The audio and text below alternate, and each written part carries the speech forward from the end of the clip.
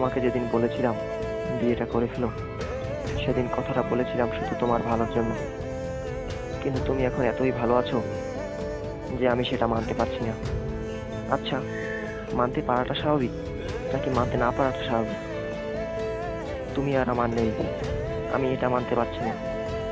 নাকি আমাকে ছাড়াই তুমি ভালো আছো, সেটা মানতে পারছি না। আমি জানি না তোমার বিয়ের আগের দিনও আমি ঠিক ছিলাম, কিন্তু কবুল বলার কিছুক্ষণ আগে this is the end for our story লিখে পাঠানো তোমার শেষ মেসেজ আমার সবকিছু এলোমেলো করে দিল। আমি হারিয়ে ফেললাম তোমাকে। মনে হলো দুই বেলা দুমুঠো ভাত খেয়ে এক রুমের এক ঘরে জীবন কাটিয়ে দেয়া এই কষ্টের কাছে কিছুই না। সেদিন থেকে এই পর্যন্ত বুকের বাঁ পাশের ঝিনঝিনে ব্যথাটা আমার একটুও কমেনি।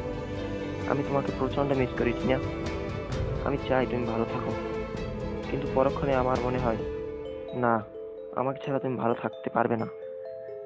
তোমার উপর আমার এক আকাশ অভিমান। কেন যেন মনে হয় তুমি আমাকে ভুলে গেছো, ভুলে গেছো সেই সব দিনগুলোর কথা।